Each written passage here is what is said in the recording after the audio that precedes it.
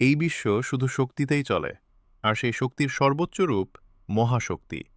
আজ জানব মহাশক্তির ৯টি রূপ, যাদের আমরা চিনি নবদুর্গা নামে। প্রথম রূপ মা শৈলপুত্রী।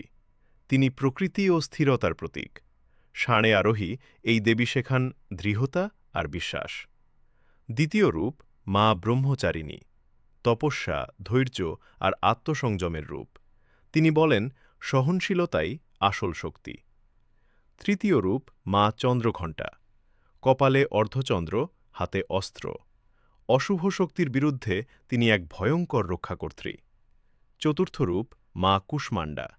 যার হাসিতেই সৃষ্টি হয়েছে ব্রহ্মাণ্ড। তিনি জীবন ও সৃষ্টির উৎস। পঞ্চম রূপ মা স্কন্দমাতা। মাতৃত্বের পরম রূপ, সন্তান রক্ষা ও করুণার প্রতীক। ষষ্ঠ রূপ মা কাত্যায়নী। অন্যায়ের বিরুদ্ধে প্রতিবাদ। তিনি নারীর সাহস ও সংগ্রামের শক্তি। সপ্তম রূপ মা কালরাত্রি।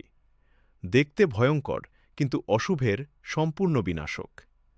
অষ্টম রূপ মা মহাগৌরী। পবিত্রতা ও শান্তির প্রতীক, অন্ধকারের পর আলো। নবম রূপ মা সিদ্ধিদাত্রী।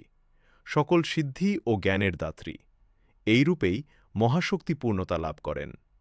নবদুর্গা মানে শুধু দেবী নন, তিনি আমাদের ভেতরের শক্তির ৯টি রূপ: বিশ্বাস, সাহস, ত্যাগ আর জ্ঞান।